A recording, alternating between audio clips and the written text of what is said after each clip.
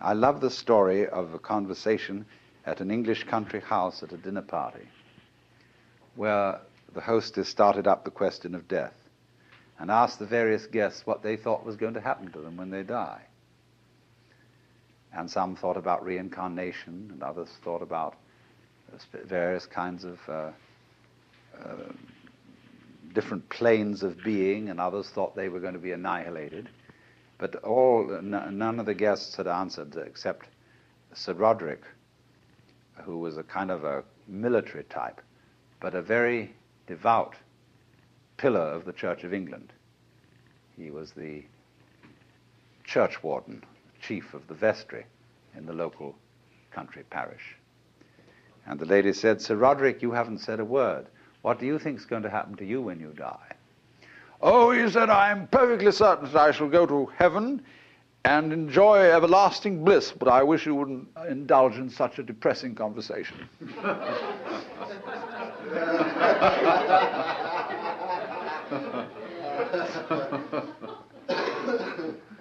That's true, isn't it? Death in the Western world is a real problem. We hush it up. We pretend it hasn't happened. Our morticians, who are very smart commercial operators, know exactly what's expected of them. And they make death just awful by pretending it doesn't happen. See what happens. You go to a hospital and you're at the end. You've got terminal cancer. And all your friends come around and they wear false smiles and they say, "Cheer up, you'll be all right.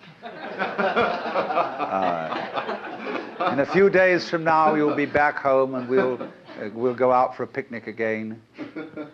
The doctors have their bedside man. You see, a doctor is absolutely helpless with a terminal case because a doctor is, by social definition, a healer. And he's not allowed to help you die. He's out of role. Even though, he may sneak behind the rules and do it, but he's definitely, he's got to heal you.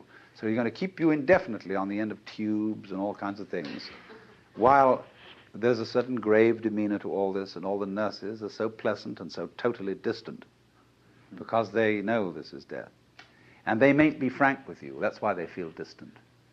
It's not that they're not concerned. It's not that they're heartless people. But that they just don't know how to be frank, like lots of people when they meet a drunk. They don't know what to do with a drunk. Because he's not behaving right. And so when you're dying, you're not behaving right. You're supposed to live. See, so we don't know what to do with a dying person. We don't get around that person and say, listen, man, I've got the news for you. You're going to die. And this is going to be great. Look, no more responsibilities. Don't have to pay those bills anymore. Don't have to worry about anything. You're going to just die. And let's go out with a bang. Let's have a party, see? We'll put some of that morphine in you so that you won't hurt too much. But we were going to prop you up in bed, and we're going to bring all our friends around, and we're going to have champagne, and you're going to die at the end of it, see? And it's going to be just marvelous.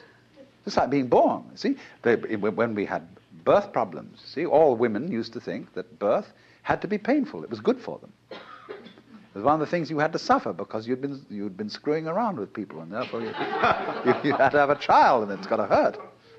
And then the doctors got together and they scratched their heads, and a man called Grantley Dick Reed said, "No, birth doesn't hurt, it's natural." All we've got to do is to talk these women into the idea that it doesn't hurt, that all these so-called pains are just tensions, and that birth is great. It's not a disease. It's not really something you ought to go to hospital for, because you associate hospitals with diseases and sickness. Birth isn't sickness. All right, now let's do some new thinking. What about death? Is death sickness? Or is it a healthy, natural event like being born? Of course it is. So, I mean, a little change in social attitude about this will fortify everybody else. I mean, if I'm alone and all my relatives are going, and kind of pretending to me, it's going to be hard for me. I've got to challenge the whole bunch of them and get my dander up and say, listen, damn you, I don't want all this thing around here. You've got to take a different attitude about my death. Well, that's hard. But if everybody helps me, and we do, we're all one body, if they all come around and say, congratulations, you're going to die. Liberation. Liberation now, you see. Because just before you die, I mean, look, I know very well a skillful priest handling a person dying can do this for them. But he has to talk very, very, very straight. And he has to say, listen, these doctors, don't you pay any attention to them. They're trying to amuse you and deceive you. You're going to die. This isn't terrible. But it's just going to be the end of you as a system of memories. And so you've got a great chance right now, before it happens, to let go of everything. Because you know it's going to go, and it is going to help you. It's going to help you let go of everything. So if you have any possessions left, give them away. Give everything away.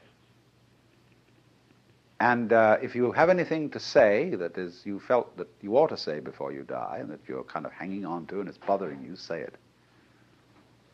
I mean, I don't mean necessarily a last confession, but say it said that Adlai Stevenson, shortly before he died, said that he had been making a monkey of himself because he didn't agree with the government's policy about something or other.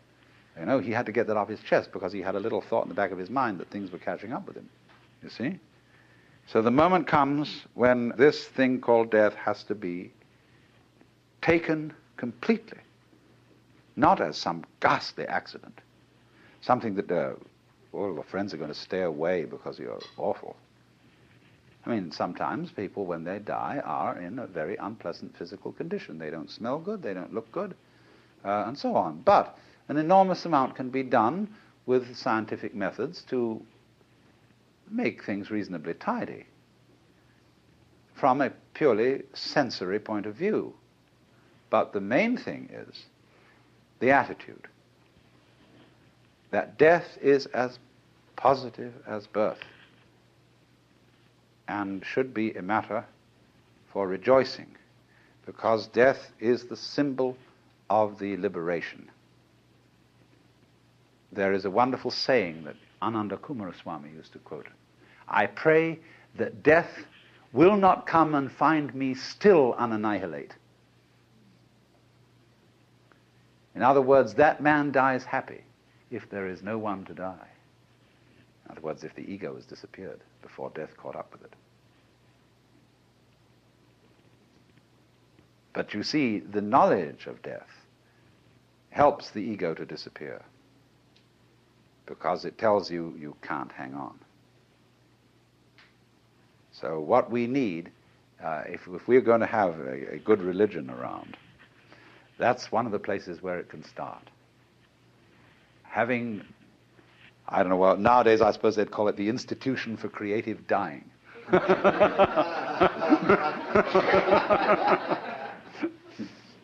But something like that.